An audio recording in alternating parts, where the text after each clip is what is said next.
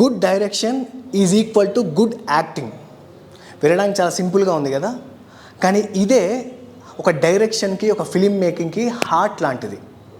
Hi, నా పేరు Krishnasai, actor, director and an acting coach, and welcome to FTIH cine classroom. ఒకే డైలాగ్ని 3 different ఎమోషన్స్లో చెప్పటం ఎలా అంటే, ఒక డైరెక్టర్ యాక్టర్కి ఎలా ఎక్స్ప్లెయిన్ చేస్తున్నాడు అనేదే పాయింట్ ఇక్కడ. ఫర్ ఎగ్జాంపుల్, ఒక డైలాగ్ తీసుకుందాం, ఒక సింగిల్ లైన్ డైలాగ్. నేను ఇక్కడే ఉన్నాను, దిస్ ఈజ్ ద డైలాగ్. ఇప్పుడు డైరెక్టర్ యాక్టర్కి ఎక్స్ప్లెయిన్ చేయాల్సింది, నాకు ఒక యాక్టర్లో కోపం కావాలి, ఆ సిచ్యువేషన్ ఎలా ఉందంటే ఒక రేజ్లో ఉన్నాడు యాక్టర్, నాకు ఆ కోపం ఎక్స్ప్రెస్ చేయాలి. డైలాగ్, నేను ఇక్కడే ఉన్నా, దిస్ ఈజ్ ద యాక్టింగ్. నేను ఇక్కడే ఉన్నా,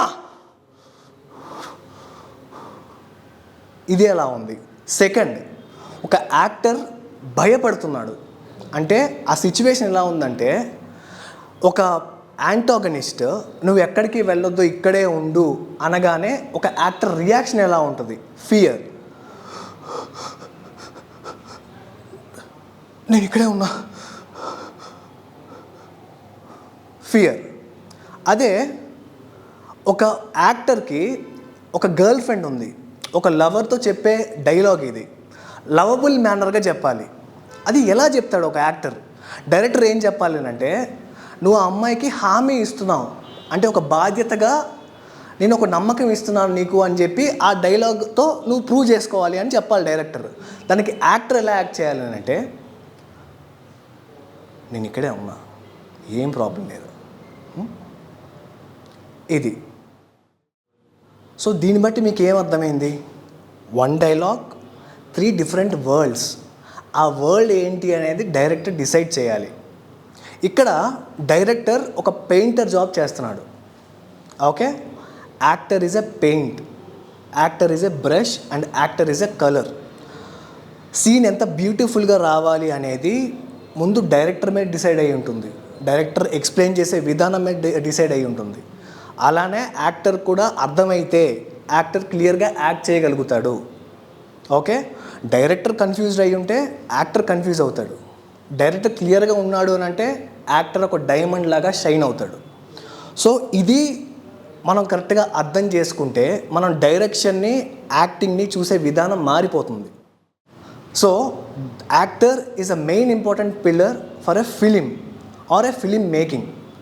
ఇది మనం క్లియర్గా అర్థం చేసుకోగలగాలి. డైరెక్షన్ అనేది షార్ట్ టేకింగ్ కాదు, it is a soul making.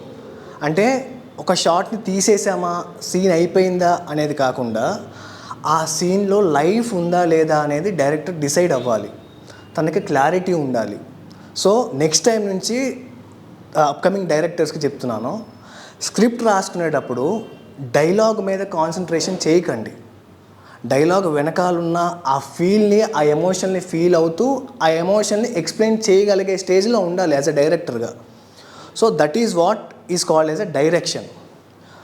యాక్టర్గా you have to be in a position that like ఒక డైరెక్టర్ నీకు ఏదన్నా సీన్ ఎక్స్ప్లెయిన్ చేస్తున్నాడు అని అంటే ఆ సీన్ని అర్థం చేసుకుని నువ్వు ఆ ఫీల్డ్లోకి వెళ్ళిపోగలగాలి. Even if it is a set, అది సెట్ అయినా కూడా చుట్టూ 100 మంది ఉన్నా కూడా నువ్వు ఆ పర్టికులర్ సిచ్యువేషన్లోకి, ఆ ఫీల్డ్లోకి నువ్వు వెళ్ళిపోగలగాలి. సో ఇవి 2 గుర్తుపెట్టుకుంటే, ఈ చిన్న సీక్రెట్ గుర్తుపెట్టుకుంటే ఫిలిం మేకింగ్ అనేది ఒక అద్భుతం లాంటిది.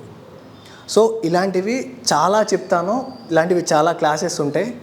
ఇది మీకు కరెక్ట్ అనిపిస్తే వెంటనే ఛానల్ని సబ్స్క్రైబ్ చేసుకోండి, లైక్ చేయండి.